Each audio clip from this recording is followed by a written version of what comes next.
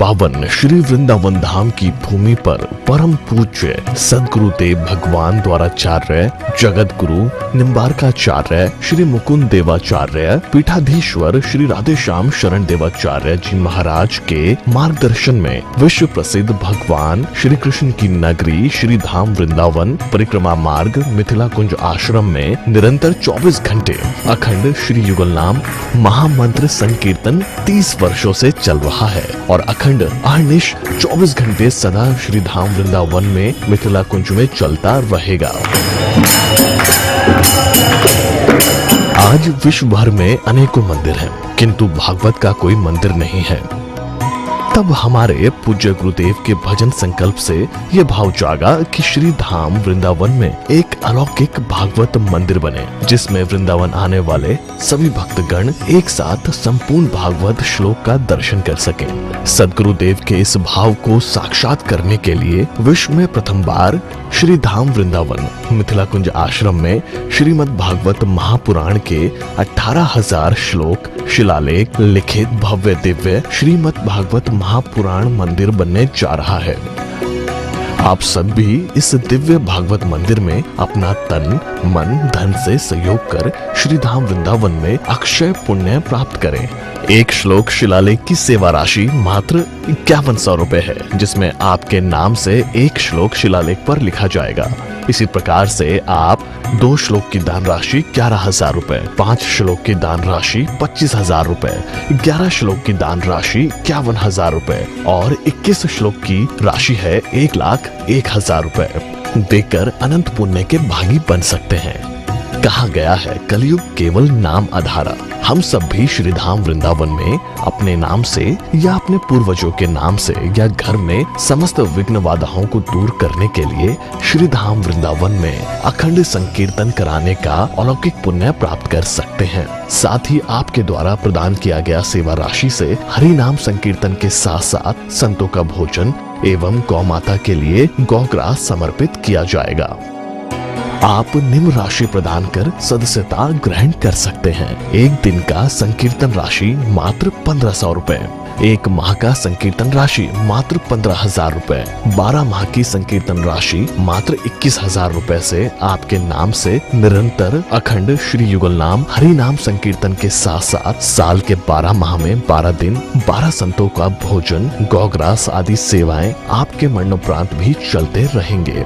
अतः आप एक छोटा सा संकल्प लेकर हमसे जुड़ सकते हैं और श्री धाम वृंदावन मिथिला कुंज आश्रम में आप आजीवन सदस्य रहेंगे। आप वृंदावन में जब भी आएंगे तो आपके रहने की निशुल्क व्यवस्था रहेगी। Account number 1558501309। अकाउंट होल्डर नाम Mithila Kunj trust, RTGS, NEFT, IFSC code ICIC 00011017, branch Vrindavan. Mobile number 9410810861। UPI Mithila Kunj trust @ICICI। ये संस्था 80G के अंतर्गत कर मुक्त है, जिसके द्वारा आप अपने दान पर टैक्स की छूट प्राप्त कर सकते हैं। आपके दान राशि की रसीद आपको बाय पोस्ट संस्था द्वारा भेजी जाएगी। साथ में आपको संस्था का प्रमाण पत्र भी दिया जाएगा। आइए हम सब मिलकर इस दिव्य भागवत मंदिर में अपना तन मन धन से सहयोग कर श्री धाम वृंदावन में एक अलौकिक भागवत श्लोक मंदिर का निर्माण करें। अधिक जानकारी के लिए संपर्क करें और मिथिला कुंज आश्रम से जुड़ने के लिए फेसबुक, यूट्यूब और इंस्टाग्राम मिथिला कुंज ऑफिशियल पेज को फॉलो करें।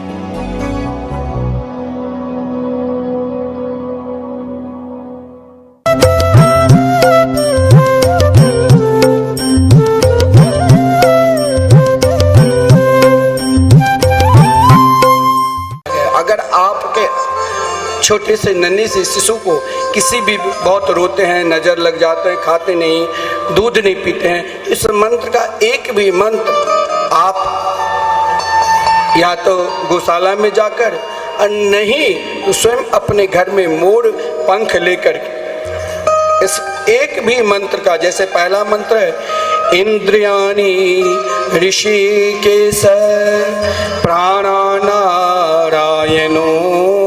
बतु श्वेत दीप पतिश्चित्तम मनोयोगी स्वरो बतु। देखिए उन गोपियों की यहाँ पर पहला प्रेम और पहला निष्ठा और पहला समर्पित भाव को भगवान ने अपने बाल लीला में ही हम सबको दिखा दिया कि अगर मेरे को चाहना है तो तुम्हें भी गोपी बनना पड़ेगा, तभी गोपी बनोगे, तभी कृष्ण दर्शन देंगे, कृष्ण की याद आए। अब गोपी कौन है? तो लंगा साड़ी पहनकर चल दिया तो वही गोपी नहीं।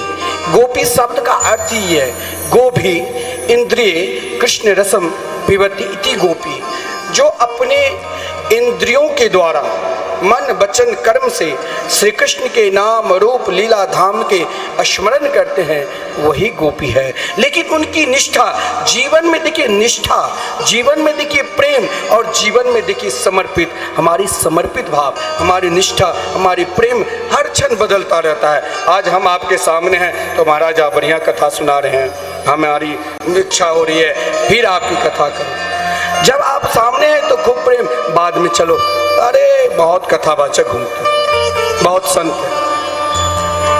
नहीं।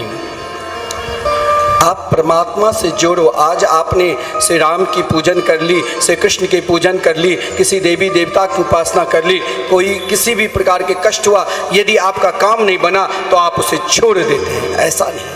अपनी निष्ठा, अपनी प्रेम जब आप समर्पित हो चुके हैं तो चाहे दुनिया कुछ कहे, हम तो बांके बिहारी के हैं और बांके बिहारी हमारे हैं, यही भाव रखना चाहिए। और यही भाव उन गोपियों के हृदय में सदा बना रहता था। ब्रजांगनाएं ने अपने मन को भटका ही नहीं। हमारी निष्ठा, हम जिसे इष्ट मानते हैं, उन इष्ट के नाम से ही यदि हम कोई कार्य करते हैं तो उन कार्य में अवश्य सफलता मिलती है। उन गोपियों ने कहा, हे ऋषिकेश भगवान, मेरे लाला को समस्त इंद्रियों की रक्षा करना। हे नारायण भगवान, मेरे लाला के मन के रक्षा करना। हे श्वेत दीप निवासी प्रभु, मेरे लाला को आप ही चित्त की रक्षा करना। योगेश्वर भगवान से कहा, गोविंद माधव से पुकारा, यानी भगवान उन गोपियों को निष्ठा को देखकर मुस्कुराने लग गए। जो ही भगवान मुस्कुराए, गोपियों ने कहा, यशोदा लो अपने लाला को और पिलाओ दूध। अब ये मुस्कुरा रहे। केवल उन गोपियों की निष्ठा को देखकर, उनकी प्रेम को देखकर भगवान मुस्कुराए। नन्हे से छोटे से मात्र 6 दिन की अवस्था है तो महाराज जो ही भगवान मुस्कुराए, अब उनके सब दीवाने हो गए। समस्त ब्रजांगनाएं देखा कि देखो देखो मेरे कन्या मुस्कुरा रहे हैं, यशोदा दुग्धपान कराने लग गई। सब कृष्ण को देखकर, कृष्ण को एक नजर से देख रही उन गोपियों ने, क्योंकि कृष्ण तत्व को समझ गई। उन कान्हा की प्रेम में ऐसे दीवानी हो चुकी है जो अब उसे, जब से श्री कृष्ण ने ब्रज में अवतार लिया तब से उन गोपियों को कृष्ण के सिवा कुछ और सोचती ही नहीं थी। केवल उनके जीवन में उनके प्राण धन सब एकमात्र श्री कृष्ण है। और सब पुकार रही है, उत्सव मना रही है कि कृष्ण ने इसे विशाल राक्षसनी को उद्धार किया। हो दीवानी बन जाऊंगी, मस्तानी बन जाऊंगी, दीवानी बन जाऊंगी, मस्तानी बन जाऊंगी। तो कौन कौन मस्तानी है मेरे कान्हा के? प्रेम से दोनों हाथ ऊपर करके बोल, बाकी बिहारी लाल की जय हो। अरे कान्हा की, अरे कान्हा की दीवानी बन जाऊंगी, रे कान्हा की दीवानी बन जाऊंगी, दीवानी बन जाऊंगी, मस्तानी बन जाऊंगी, दीवानी बन जाऊंगी, मस्तानी बन जाऊंगी, दीवानी बन जाऊंगी, मस्तानी बन जाऊंगी, दीवानी बन जाऊंगी, मस्तानी बन जाऊंगी। कान्हा की दीवानी बन जाऊंगी, कान्हा की दीवानी बन जाऊंगी, रे कान्हा की दीवानी बन जाऊंगी, रे कान्हा की दीवानी बन जाऊंगी।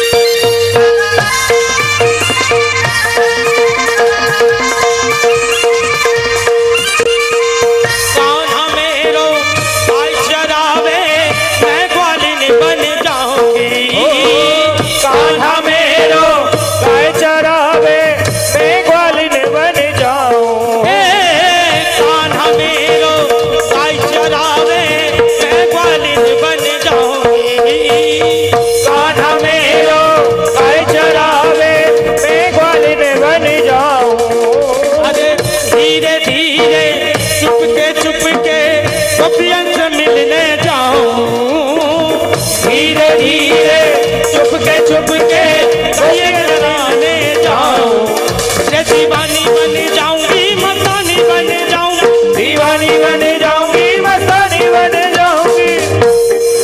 तो भैया आप आवाज समझ में आ रही है आप लोगों की मेरी?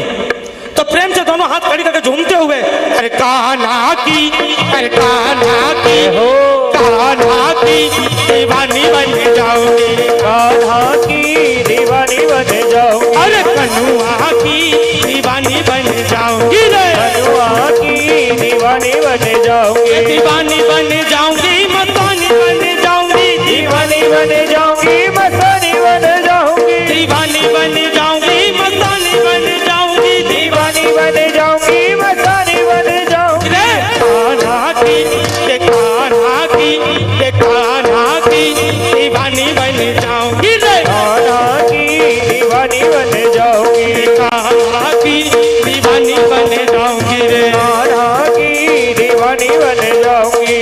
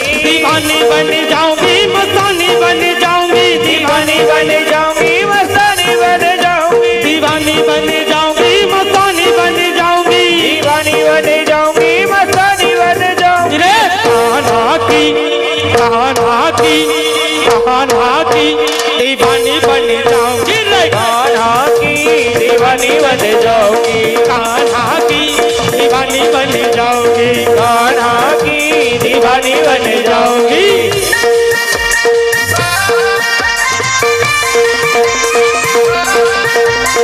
माखन चोर भगवान की जय हो।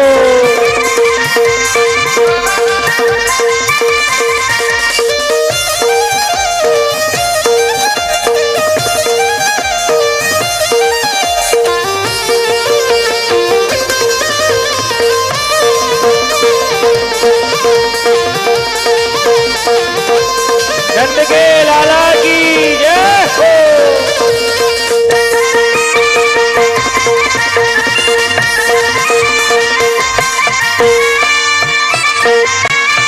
कान्हा मेरो रस रचावे मैं गोपी बन जाऊंगी, कान्हा मेरो रस रचावे मैं गोपी बन जाऊंगी, कान्हा मेरो रस रचावे मैं गोपी बन जाऊंगी, कान्हा मेरो रस रचावे मैं गोपी बन जाऊंगी, दीवानी बन जाऊंगी मस्तानी बन जाऊंगी, दीवानी बन जाऊंगी मस्तानी बन जाऊंगी। संजय भैया वहीं खड़े होके नाच रहे हैं। संजय भैया सामने आओ, वहां खड़े खड़े नाच रहे हैं, कोने में नाच रहे हैं। सामने आइए तब तो आनंद आए, कुछ सामने आके तब तो थोड़ा उत्साह बढ़े। रे दीवानी बन जाऊंगी मस्तानी बन जाऊंगी, दीवानी बन जाऊंगी मस्तानी बन जाऊंगी, दीवानी बन जाऊंगी मस्तानी बन जाऊंगी, दीवानी बन जाऊंगी मस्तानी बन जाऊंगी। रे कान्हा की, रे कान्हा की, रे कान्हा की दीवानी बन जाऊंगी, रे कान्हा की दीवानी बन जाऊंगी, कान्हा की दीवानी बन जाऊंगी, कान्हा की दीवानी बन जाऊंगी।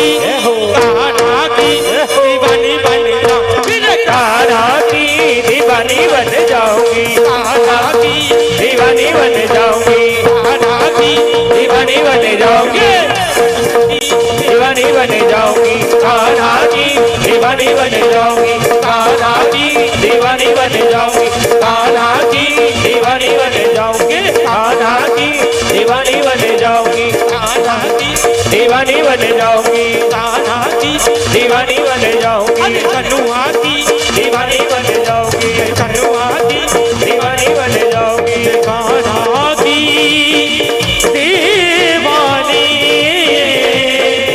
बन जाऊं।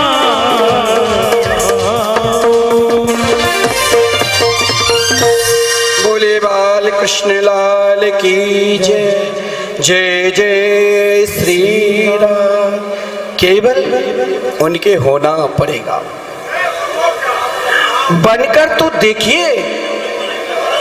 जब आप बन जाओगे ना, तो आपके जीवन में कभी भी कष्ट आएगा ही नहीं। एक माह की अवस्था में सक्टासुर का उद्धार किया, संपूर्ण ब्रजमंडल के हर ब्रजवासी के घर, हर ब्रजवासी के द्वार देखने के लिए तृणावर्त का उद्धार किया। तृणावर्त आए थे, प्रभु को मारने की कोशिश की बवंड के रूप में, लेकिन प्रभु ने समस्त ब्रजवासियों के घर देखकर जब तृणावर्त प्रभु को ले जाने के लिए मथुरा की ओर चले, तो भगवान ने तृणावर्त को उद्धार किया। कहा, पादमेकम न गच्छामि त्यक्त्वा वृंदावनम मुनि। मेरी प्रतिज्ञा है कि मैं वृंदावन से बाहर जाता ही नहीं। ये सब मैंने आपसे पहले ही कहा, केवल अपने जीवन में यशोदा बनना पड़ेगा। यशोदा की तरह आप प्रेम करके देखो तो संपूर्ण भगवान की वास्तविक लीला और व्यवहारिक लीला के अपने आप ज्ञान हो जाएगा। भागवत का भी ज्ञान, गीता का भी ज्ञान। भागवत प्रेम शास्त्र है और गीता ज्ञान शास्त्र है। हमें प्रेम और ज्ञान दोनों रखना है, लेकिन संपूर्ण ज्ञान, संपूर्ण वैराग्य और संपूर्ण प्रेम देखना है तो केवल श्री कृष्ण के माधुर लीला देखो। अगर कन्हैया बाल लीला अपनी मैया की गोद में चाहे बैठकर किया, तो उस क्रम में सक्टासुर के उद्धार किया, तृणावर्त के उद्धार किया, और चाहे मैया के साथ उंगली पकड़कर जब नंद बाबा और मैया कन्हैया को चलाए, तो खेलते खेलते देखिए मात्र 4 महीने की छोटी सी अवस्था में श्री कृष्ण ने अपनी मैया यशोदा से कहा, मैया तुम्हें कभी भटकने की जरूरत नहीं। हमारे पूज्य गुरुदेव कहा करते हैं कि भाई तुम पहले समस्त तीर्थ में घूमकर चले जाओ, घूमने के लिए चले जाओ।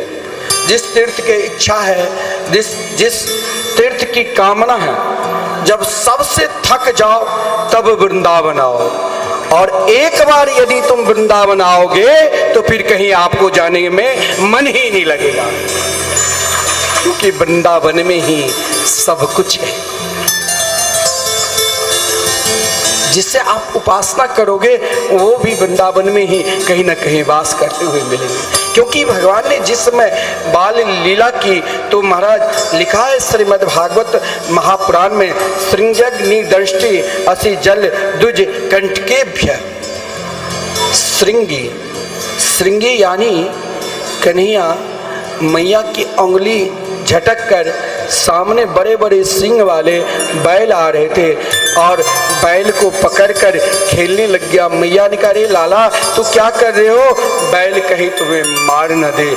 मानो कन्या ने कहा, देख मैया तेरे अंदर तो प्रेम वात्सल के प्रतीक हो, लेकिन मेरे अंदर ये बैल कोई बैल नहीं, मैं तुम्हें दिखा रहा हूँ कि मैंने धर्म का भी अवतार लिया।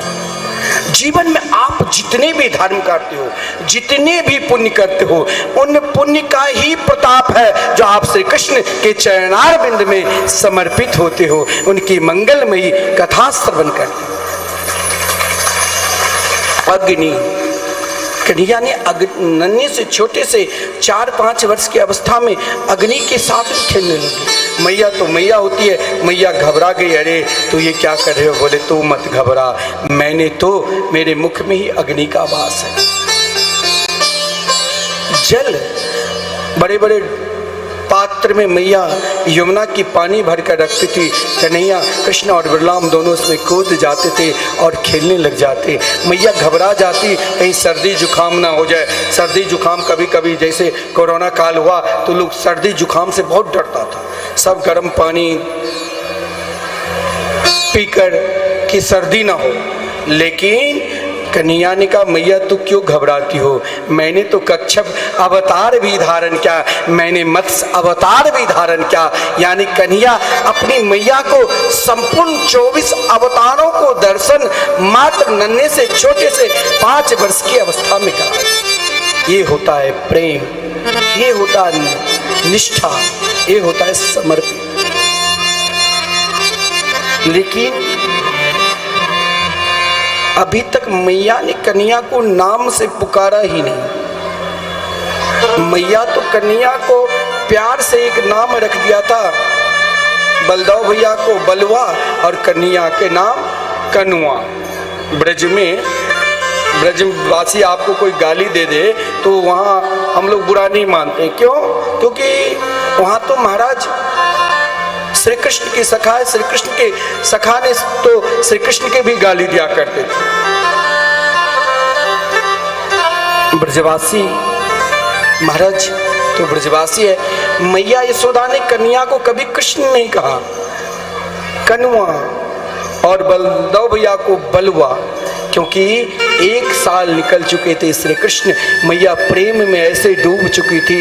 शास्त्र में कहा गया अपनी संतान को 10वें दिन नामकरण संस्कार होना चाहिए, लेकिन मैया ने अपने लाल के प्रेम में ऐसे डूब गई थी, उन्हें पता ही नहीं चला। लेकिन आज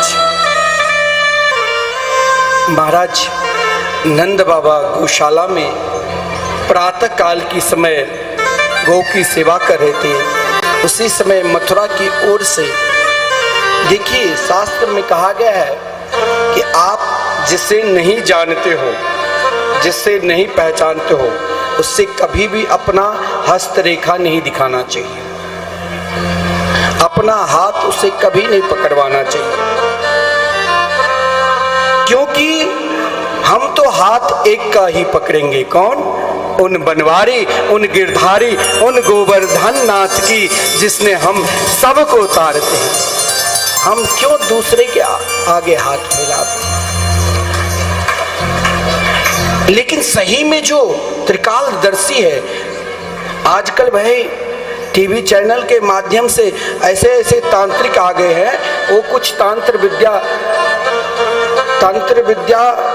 सीख लिया तो महाराज तांत्र विद्या के कारण आपकी भावना को थोड़ी सी पढ़ लेता है। अगर वो उतना बड़ा तांत्रिक है, मैं कहता हूँ कोई तांत्री में ताकत है कि मुझे श्री राम कृष्ण के दर्शन करा दे? ताकत है उनकी? नहीं है। एक व्यक्ति था, वो कर्ण पिचासनी की सिद्धि कर रखा था। अब उसके पास महाराज लाखों की भीड़, जहां भी कहीं पंडाल लगता लाखों की भीड़ हो जाती।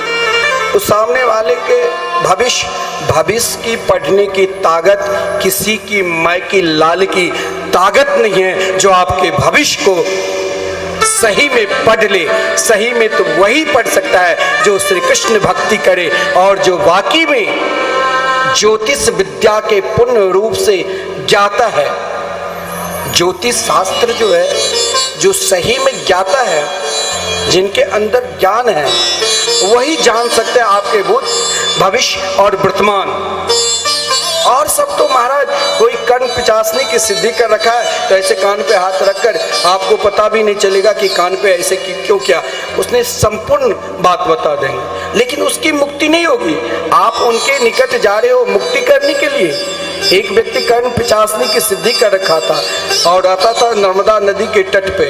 नर्मदा श्याम सदाशिव, नर्मदा में भगवान शंकर जी सदा निवास करते हैं। तो उन कर्ण पिचासनी की सिद्धि करने वाले ने अपनी देवी से कहा तुम्हारी ताकत नहीं, क्योंकि देवी ने कहा तुमने ना जाने युवावस्था से लेकर वृद्धावस्था तक मुझे बहुत परेशान किया, हर समय तुमने मुझे आवाहन करके बुला लिया, अब तुमको वही लोक जाना पड़ेगा जिस लोक में मैं रहती हूँ।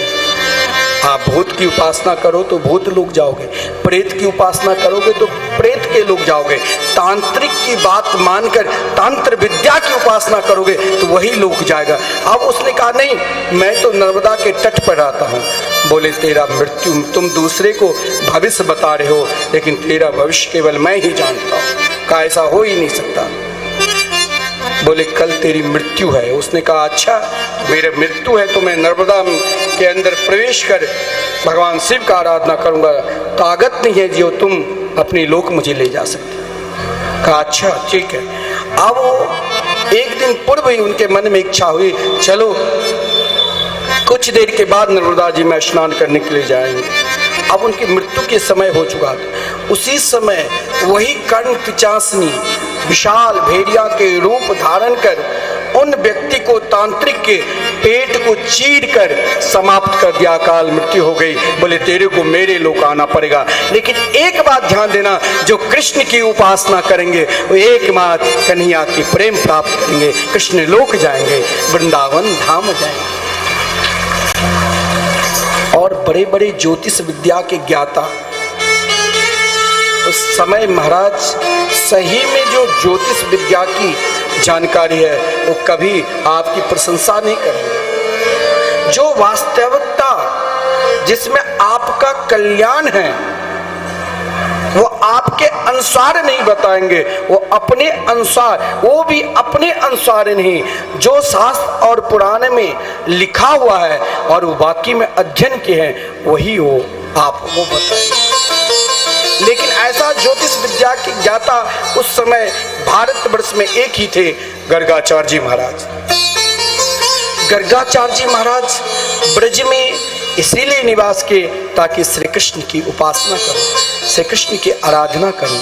आज प्रातः काल के समय गर्गाचार्य जी जब नंद बाबा के निकट गौशाला में प्रवेश किए तो गर्गाचार्य जी ने साष्टांग प्रणाम किया। गर्गाचार्य जी जान गए कि महाराज ज्योतिष विद्या के ज्ञाता जो सही में होंगे उनके आप निकट चले जाओ तो आपको सब कुछ बता देंगे। वो आपकी चापलूसी नहीं करेंगे, वो तंत्र मंत्र की सहारा नहीं देंगे, वो तो वाकई में जो गर्ग संहिता, जो बड़े बड़े आचार्य ने ज्योतिष के विषय में लिखा वही हमें बताएगा। उनको जरूरत नहीं है कि कंप्यूटर सामने रखकर, उनको जरूरत केवल वो तो भविष्य दृष्टा होते हैं। देखिए गर्गाचार्य जी जब नंद बाबा के पास गए तो नंद बाबा ने कहा मेरे घर में दो लाल है, उन दोनों में से किसी का अभी तक नामकरण संस्कार नहीं हुआ, महाराज आप नामकरण संस्कार कर दीजिए। गर्गाचार्य जी ने कहा आज मुझसे अधिक सौभाग्यशाली इस संसार में कौन होंगे, भला श्री कृष्ण के नामकरण संस्कार कर। बोले जाओ महाराज हम तो नहीं कर पाएंगे। बोले क्यों? बोले आप अभी तक जो भी उत्सव मनाए बड़े धूमधाम के साथ, और कंस की दृष्टि इस समय बोगले की तरह मात्र गोकुल की ओर है। लेकिन नंद बाबा ने गर्गाचार्य से निवेदन किया कि महाराज आप जिस प्रकार आदेश देंगे बस आपके आज्ञा अनुसार ही हम कार्य करेंगे। बोले ठीक है, तो अपने दोनों बालक को और साथ में यशोदा और रोहिणी को भी ले आओ।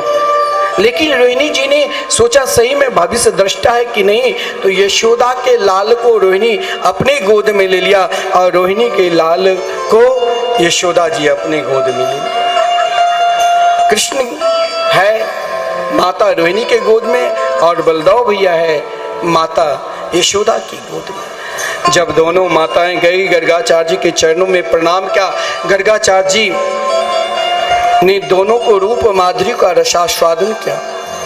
लेकिन यशोदा जी रोहिणी जी ने कही बाबा मेरे लाल को भूख लगी होगी, आप जल्दी शीघ्र नामकरण संस्कार करें। गर्गाचार्य जी ने जान गए असली भविष्य दृष्टा।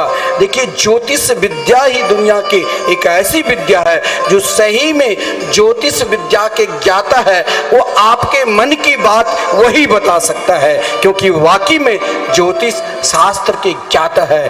तो गर्गाचार्य जी जान गए ज्योतिष विद्या के द्वारा। गर्गाचार्य जी ने कहा, अरे ये तो दोनों माताएं लगा किसी न किसी प्रकार की परीक्षा लेने के लिए अपने अपने लाल को बदल दिया है। इसलिए गर्गाचार्य जी ने यही कहा प्रथम बार देखकर ही, अयम ही रोहिणी पुत्रो रमयन सौहृदो गुणी अख्यासते रामेति बलाधिक्या बलम विदो। कहा, यशोदा के गोद में जो बालक है वो यशोदा की नहीं बल्कि रोहिणी की है, और रोहिणी के गोद में जो बालक है वो यशोदा के है। लेकिन पहला नामकरण संस्कार बड़ा की होना चाहिए, इसीलिए इसका नाम मैं बलराम रखता हूँ। बल जो संपूर्ण प्राणी के रक्षा करेंगे, संपूर्ण प्राणी के हृदय में वास करेंगे, इसीलिए बलराम।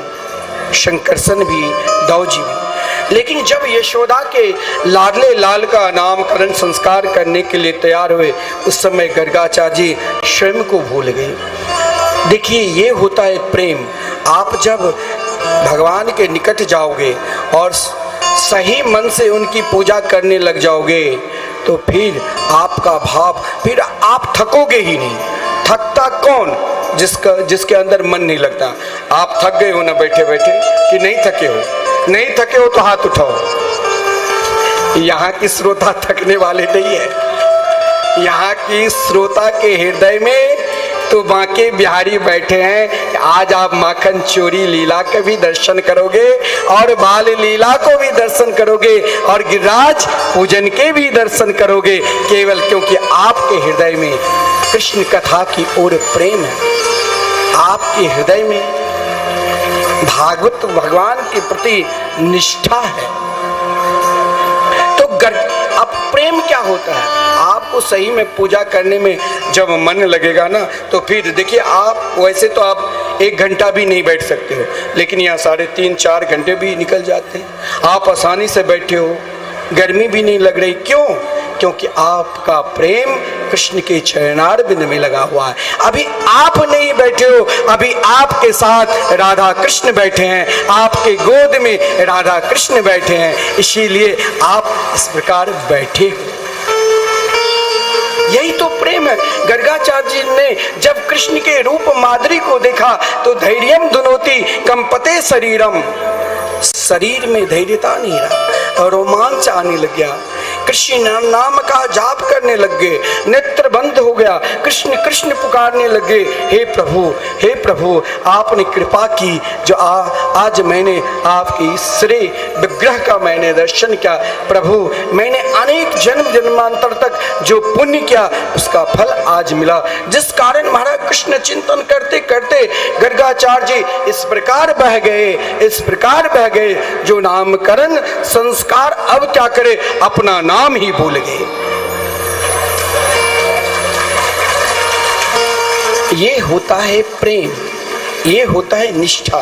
लेकिन जब यशोदा जी ने कही कि महाराज मेरे लाल को शीघ्र आप नामकरण संस्कार करो, तो गर्गाचार्य जी ने कहा इनके अनंत नाम है। कोई गोविंद नाम से पुकारते हैं, कोई गोपाल के नाम से पुकारते हैं, तो कोई बनवारी के नाम से पुकारते हैं। इनके तो अनंत नाम है, क्योंकि जिनके रोम गर्त में ही अनेक ब्रह्मांड है, उनके मैं क्या नाम रखूं। कभी श्वेत रूप में, तो कभी पीत रूप में, तो कभी महाराज प्राणी मात्र की कल्याण के लिए श्यामला सलोना रूप में आए हैं। गर्गाचार्य जी ने नामकरण संस्कार किया, बोले कृष्ण नाम रखता हूँ। कृष्ण शब्द का अर्थ ही है कर्षति सर्वान जीवान जैसा कृष्ण, या आकर्षति सर्वान जीवान जैसा कृष्ण, जो सभी को अपने तरफ आकर्षण कर ले, खींच ले, वही तो कृष्ण कन्हैया लाल है। बोले कृष्ण कन्हैया लाल की जय। लेकिन माताओं के अंदर एक समस्या होती, आज भी माता डराते हैं। अब देश में कम लोग सैनिक बनने के लिए जाते हैं और बहुत कम, मानो अब तो साधु संत बन ही नहीं रहे हैं। अब तो नकली साधु संत बन जाते हैं, शादी विवाह कर लिया, बस लाल पीला कपड़ा पहन लिया, लोग जानते हैं कि यही साधु संत है। क्यों नहीं बन रहे हैं? क्योंकि क्या हम दो और हमारे दो, अब दो में से एक बेटी एक बेटा, किसी के दो बेटी, अब उसे कैसे संत बनाएंगे या कैसे उसे राष्ट्र की सेवा में भेजेंगे? और माता घबराती, आज भी माता सब डरा देती है।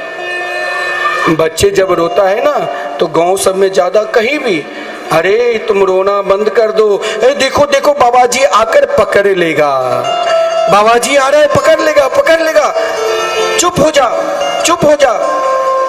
डराती है। अरे उन्हें डराओ नहीं, अगर कोई सही में बाकी में संत आ जाएंगे तो उनको सदा मुस्कुराते हुए छोड़कर चले जाएंगे। वो कभी किसी को रुलाते नहीं, वो तो सबको हंसाते हैं। लेकिन माता यशोदा भी घबरा गई। महाराज आपने तो नामकरण संस्कार कर दिया, लेकिन इनकी कुंडली भी आपने बना ली, लेकिन ये बताओ मेरे बेटा के अंदर गुण क्या है?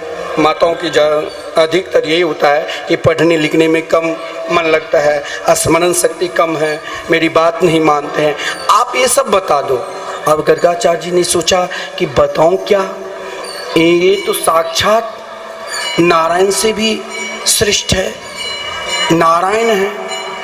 लेकिन भगवान ने इशारा में कहा, देखो महाराज आप बहुत बड़े ज्योतिष विद्या के ज्ञाता है, लेकिन मुझे भगवान नहीं बनना है। देखते हो, भगवान बनकर भगवान को हम सबके साथ अगर भगवान है तो भगवान कभी कभी दुख भी पाता है। कैसे? तो उनको तो क्या मिलता है भाग में? मंदिर में आजकल मैं वृंदावन में देखता हूँ एक नया फैशन चला है, क्या? सब लड्डू गोपाल लेकर आ जाएंगे वृंदावन और वो दिखाएंगे कि मैं इनसे बहुत प्रेम करता हूँ। उनकी अंदर दिखावटी है। अब वो स्वयं जब जहाँ भोजन, क्योंकि मेरे यहाँ तो विश्व के कथावाचक सब कथा करने के लिए आते हैं, तो वहाँ भीड़ रहती है। अभी भी वहाँ सत्संग हॉल में कोई न कोई वक्ता कथा करते होंगे, तो लोग लड्डू गोपाल को लेकर आ जाते हैं। वही झूठन अपने मुंह में ले लिया, उनके मुख में रख दिया कि तू भी खा। वो जानती है ये तो खाएगी नहीं, वो तो हम केवल दिखावटी कर रहे हैं। और भाई वो तो झूठन भी खिला दे। भाई अपने तो बढ़िया बढ़िया सुंदर वस्त्र पहनेंगे और उनको एक ही वस्त्र में, चाहे ठंड है गर्म है, लो तुम यही पहने रहो, 2-4 महीने के बाद जब फुर्सत होगी तो मैं वस्त्र बदल दूंगी। सब जानते हैं। अरे बलवाचार्य जी तो अपने ही 9 संतान में गोपाल जी के दर्शन किया, क्योंकि उसने अपने 5 साल की संतान में ही कृष्ण रूप देकर उनको लाड लड़ाते थे। परमात्मा को लाड लड़ाने की केवल तनिक अपना, जिस प्रकार अपने पुत्र को लाड लड़ाते हो ना, वही लड़ाओ। उन्हीं व्यक्ति को गोपाल जी रखने की अधिकारी है। जिस प्रकार आपने अपने बच्चे को जन्म दिया और जन्म से लेकर 5 वर्ष तक पूर्ण रूप से उनका ध्यान रखती हो, इतना ही नहीं, जब वो बड़े हो जाते हैं तभी भी माता पिता के लिए संतान तो वही नन्हे से छोटे रूप में बालक ही दिखाई देता है। लेकिन आजकल तो महाराज लोग जाएंगे वृंदावन में, लड्डू गोपाल खरीद कर ले आएंगे। लेकिन हम लोग तो उनकी उपासना हमारी नहीं है, हमारी उपासना तो श्री राधा कृष्ण की है। हमारी उपासना, क्योंकि वल्लभ कुली में सब संप्रदाय में अलग अलग उपासना की भेद है। आप उपासना अलग करो लेकिन स्थान एक ही है। जैसे गौ की तन से, चारों तन से दूध अलग प्रकार के नहीं निकलेगा, संप्रदाय 4 है, आचार्य 4 है, लेकिन भक्ति का स्थान एक ही है। हम लोगों की किसी की उपासना केवल श्री कृष्ण तत्व की है, किसी की उपासना केवल श्री राधा तत्व की है, लेकिन मार्ग संप्रदाय में उपासना दोनों बराबर है। हम लोग जिस प्रकार श्री राधा रानी हैं उसी प्रकार श्री कृष्ण हैं। राधा तत्व और श्री कृष्ण तत्व दोनों अंतर लेस मात्र नहीं, जैसे पति पत्नी हैं तो दोनों बराबर है, उनमें कोई अंतर लेस मात्र नहीं है। उसी प्रकार हम लोग जो वृंदावन की उपासना करते हैं, हमारी उपासना में लड्डू गोपाल नहीं है, हमारी उपासना में तो मात्र 16 वर्ष के प्रिया प्रीतम श्री राधा कृष्ण दिव्य, एक होता है कुंज, एक होता है मंदिर, जैसे हम मंदिर में दर्शन करते हैं, उसके बाद मंदिर के बाद होता है कुंज, कुंज के बाद होता है निवृत्त कुंज, और निवृत्त कुंज के बाद नित्य मोहन महल। जिस नित्य मोहन महल में श्री राधा कृष्ण विराजमान है, दोनों तरफ अष्ट सखी उनकी दिव्य सेवा में लीन है। हम लोगों की उपासना श्री राधा कृष्ण तत्व की है, दोनों बराबर है। तो यहाँ माता यशोदा ने, ये वास्तविक बात भगवान के विषय में माता यशोदा ने जब पूछा कि बताओ मेरे लाल के अंदर क्या गुण है, तो भगवान ने यही कहा कि मुझे भगवान नहीं बनना है, सो आप ध्यान रखना बाबा। इशारा में, क्योंकि भविष्य दृष्टा थे, भगवान की इशारा जान गए, माता नहीं समझी, क्योंकि भगवान बनकर मंदिर में रहना पड़ेगा, कहीं निमंत्रण हो गया और कहीं जाना है तो भगवान को, कौन भगवान को जानते हैं, इसे तो बंद कर दो, यही अलमारी में 2-4 चिनौड़ी या मिश्री रख दो, इच्छा है तो खा लिया, नहीं इच्छा है तो अपना चैन से रहो। ऐसा नहीं, ऐसा सेवा नहीं। इसीलिए हम लोग विशेष कर कहते हैं कि आप मूर्ति पूजा से श्रेष्ठ भगवान नाम की पूजा है, जो आप हर स्थिति में, हर परिस्थिति में राधे कृष्ण कृष्ण कृष्ण राधे राधे, राधे श्याम श्याम श्याम राधे राधे। जब आप नाम सेवा पर आधारित हो जाओगे, तभी रूप सेवा तो अपने आप जिज्ञासा से प्राप्त हो जाएगी। तो यहाँ जब पूछा कि मैया यशोदा ने, ये बताओ मेरे लाला कहीं साधु संत तो नहीं बन जाए, क्योंकि ब्रज में बहुत साधु संत है, क्या गुण है ये बताओ। बोले नारायण समो गुण है, आपके लाला के अंदर नारायण की तरह गुण है। अंत में कहा कि ये बताओ महाराज ये शादी विवाह करेंगे कि नहीं। अब गर्गाचार्य जी ने कहा कि शादी करेंगे, कलयुग में हम सबके 3.5 करोड़ रोम हैं और 3.5 हाथ के, हम अपने हाथ से कोई भी नाप लिया 3.5 हाथ की, लेकिन द्वापर में 7.5 करोड़ रोम।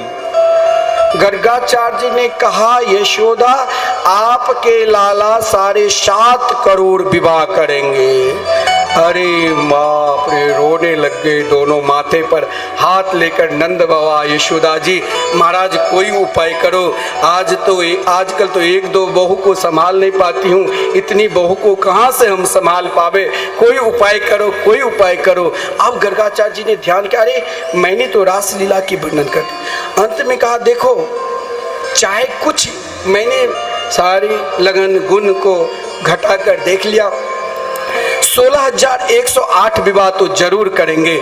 मैया यशोदा ने कही तो ठीक है हम उतनी व्यवस्था कर लेंगे, लेकिन मेरे लाला विवाह। गर्गाचार्य जी को मैया यशोदा ने जब नामकरण संस्कार किया तो दक्षिणा भी दी, परंतु गर्गाचार्य जी ने श्री कृष्ण पर चढ़े हुए एक वस्त्र को अपने मस्तक पर धारण कर सीधे प्रस्थान किए। इधर श्री कृष्ण ने ग्वाल वालों के साथ महाराज एक मंडली भी बना लिया, क्योंकि एक दिन श्री कृष्ण के निकट समस्त ग्वाल वाला आए, कोई महाराज दुबले कोई पतले, तो भगवान ने कहा अब तुम लोग बराबर मेरे समान ही मैं तुम सबको बनाऊंगा। तो भगवान ने माखन चोरी लीला प्रारंभ कर दी।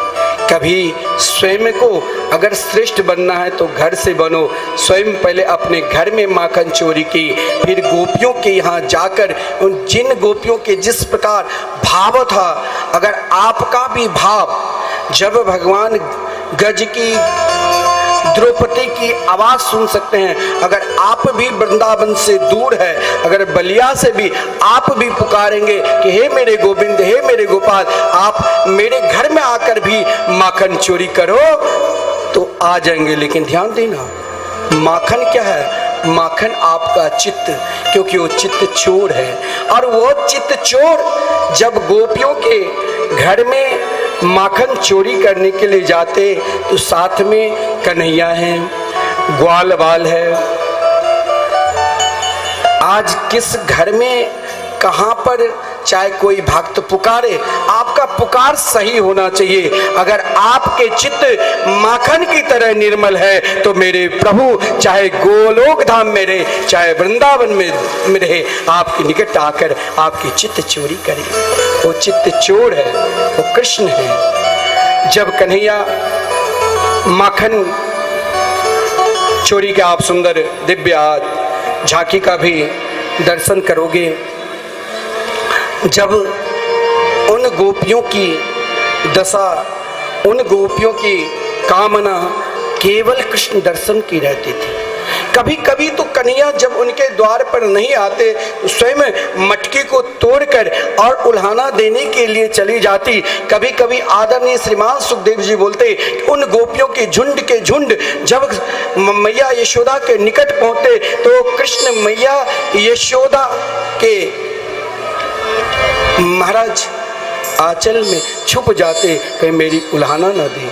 कोई गोपी कहती बत्सान मंचन कोजिद समय क्रोश सम जात हास अस्तेयम साधवत कथा दधि पय कल्पिते अस्त्योगे।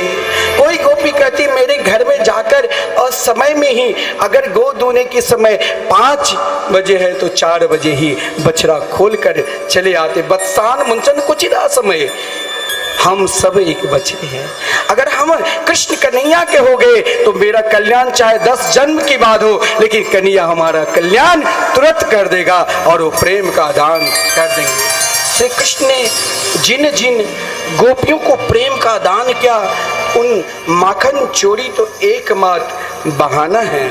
वो तो चित्त चोर है, वो तो दूसरे के घर में जाकर माखन को चोरी करके आ जाते हैं।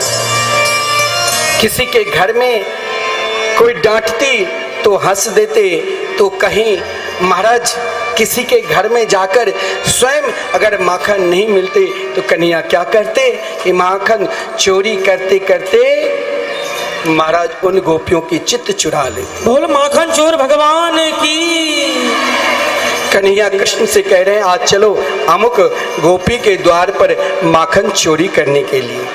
कन्हैया के साथ एक दो नहीं है, उनके ग्वाल बाल के समस्त मंडली भी कन्हैया के साथ है।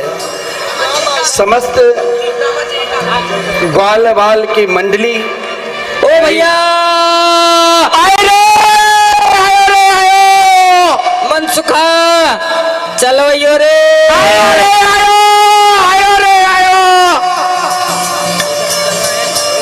सब पुकार रहे हैं। हम सभी भाव के साथ पुकारे कन्हैया कैसे माखन चोरी। सखी रात श्याम सपने में आए।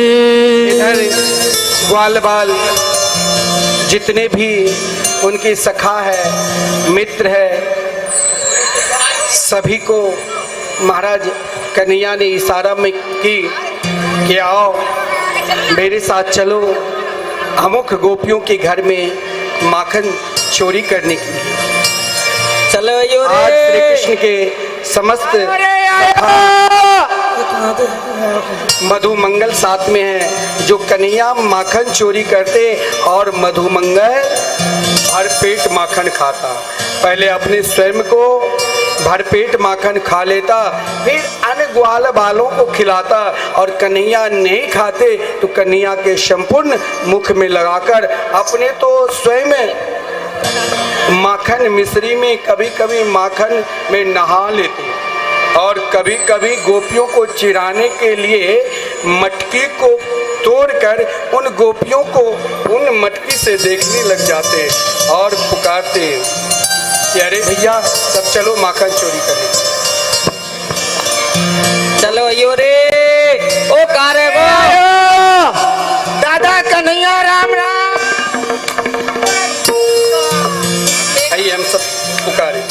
इतनी देर में आए हुए? बता चित चोर मेरो माखन खाए गौरी, चित चोर मेरो माखन खाए गौरी, चित चोर मेरो माखन खाए गौरी, चित चोर मेरो माखन खाए गौरी। अरे खाए गौरी माखन खाए गौरी, खाए गौरी माखन खाए गौरी, खाए गौरी लुड़ खाए गौरी, खाए गौरी लुड़ खाए गौरी।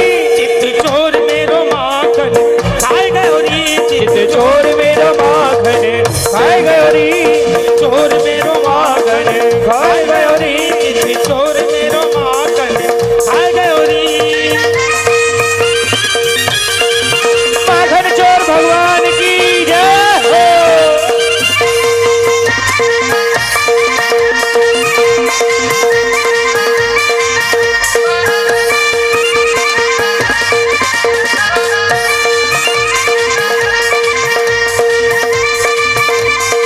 जय हो।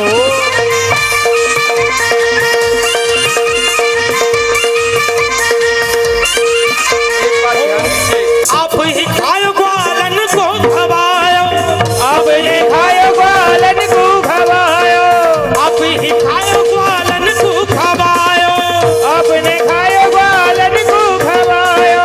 माखन की बात लुढ़काए गयोरी, माखन की बात लुढ़काए गयोरी, चित चोर मेरो माखन खाए गयोरी, चित चोर मेरो माखन खाए गयोरी, चित चोर मेरो माखन खाए गयोरी, चित चोर मेरो माखन खाए गयोरी। अरे खाए गयोरी लुड़ खाए गयोरी, खाए गयोरी लुड़ खाए गयोरी, खाए गयोरी लुड़ खाए गयोरी, खाए गयोरी लुड़ खाए गयोरी। चित चोर मेरो माखन खाए गयोरी, चित चोर मेरो माखन खाए गयोरी, चित चोर मेरो माखन खाए गयोरी, चित चोर मेरो माखन खाए गयोरी। आज देखिए मधु मंगल मनसुखा माखन चोरी करके ग्वाल वालों को खिला रहा है, और इधर कन्हैया से मधु मंगल ने मनसुखा ने इशारा किया कि सामने जो मटकी है, इन मटकी को जल्दी फोड़ो ताकि कोई गोपी ना आ जाए। कन्हैया, छोटे से कन्हैया और ग्वाल वालों के पीठ पर बैठकर मटकी फोड़ रहे हैं, और इधर महाराज सब एक दूसरे को लेकर माखन भाग रहे हैं और लूट कर माखन भाग रहे हैं। श्री राम है।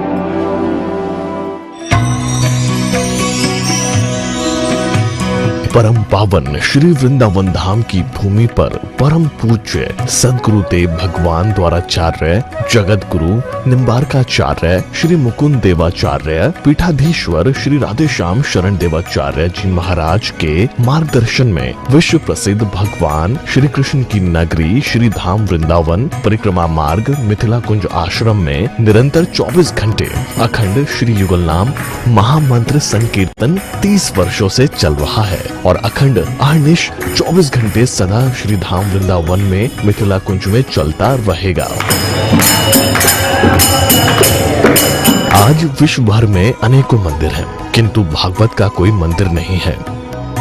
तब हमारे पूज्य गुरुदेव के भजन संकल्प से ये भाव जागा कि श्री धाम वृंदावन में एक अलौकिक भागवत मंदिर बने, जिसमें वृंदावन आने वाले सभी भक्तगण एक साथ संपूर्ण भागवत श्लोक का दर्शन कर सकें। सदगुरुदेव के इस भाव को साक्षात करने के लिए विश्व में प्रथम बार श्री धाम वृंदावन मिथिला कुंज आश्रम में श्रीमद् भागवत महापुराण के 18,000 श्लोक शिलालेख लिखित भव्य दिव्य श्रीमद् भागवत महापुराण मंदिर बनने जा रहा है। आप सब भी इस दिव्य भागवत मंदिर में अपना तन मन धन से सहयोग कर श्री धाम वृंदावन में अक्षय पुण्य प्राप्त करें। एक श्लोक शिलालेख की सेवा राशि मात्र 5100 रुपए है, जिसमें आपके नाम से एक श्लोक शिलालेख पर लिखा जाएगा। इसी प्रकार से आप 2 श्लोक की दान राशि 11,000 रुपए, 5 श्लोक की दान राशि 25,000 रुपए, 11 श्लोक की दान राशि 51,000 रुपए और 21 श्लोक की राशि है 1,01,000 रुपए देकर अनंत पुण्य के भागी बन सकते हैं। कहा गया है कलयुग केवल नाम आधारा। हम सब भी श्री धाम वृंदावन में अपने नाम से या अपने पूर्वजों के नाम से या घर में समस्त विघ्न बाधाओं को दूर करने के लिए श्री धाम वृंदावन में अखंड संकीर्तन कराने का अलौकिक पुण्य प्राप्त कर सकते हैं। साथ ही आपके द्वारा प्रदान किया गया सेवा राशि से हरि नाम संकीर्तन के साथ साथ संतों का भोजन एवं गौ माता के लिए गौग्रास समर्पित किया जाएगा। आप निम्न राशि प्रदान कर सदस्यता ग्रहण कर सकते हैं। एक दिन का संकीर्तन राशि मात्र 1500 रुपए, एक माह का संकीर्तन राशि मात्र 15,000 रुपए, 12 माह की संकीर्तन राशि मात्र 21,000 रुपए से आपके नाम से निरंतर अखंड श्री युगल नाम हरि नाम संकीर्तन के साथ साथ साल के 12 माह में 12 दिन 12 संतों का भोजन गौग्रास आदि सेवाएं आपके मरणोपरांत भी चलते रहेंगे। अतः आप एक छोटा सा संकल्प लेकर हमसे जुड़ सकते हैं और श्री धाम वृंदावन मिथिला कुंज आश्रम में आप आजीवन सदस्य रहेंगे। आप वृंदावन में जब भी आएंगे तो आपके रहने की निशुल्क व्यवस्था रहेगी। Account number 1585501309। अकाउंट होल्डर नाम Mithila Kunj trust, RTGS, NEFT, IFSC code ICIC 00010117। Branch Vrindavan. Mobile number 9410810861। UPI Mithila Kunj trust @ICICI। ये संस्था 80G के अंतर्गत कर मुक्त है, जिसके द्वारा आप अपने दान पर टैक्स की छूट प्राप्त कर सकते हैं। आपके दान राशि की रसीद आपको बाय पोस्ट संस्था द्वारा भेजी जाएगी। साथ में आपको संस्था का प्रमाण पत्र भी दिया जाएगा। आइए हम सब मिलकर इस दिव्य भागवत मंदिर में अपना तन मन धन से सहयोग कर श्री धाम वृंदावन में एक अलौकिक भागवत श्लोक मंदिर का निर्माण करें। अधिक जानकारी के लिए संपर्क करें और मिथिला कुंज आश्रम से जुड़ने के लिए फेसबुक, यूट्यूब और इंस्टाग्राम मिथिला कुंज ऑफिशियल पेज को फॉलो करें।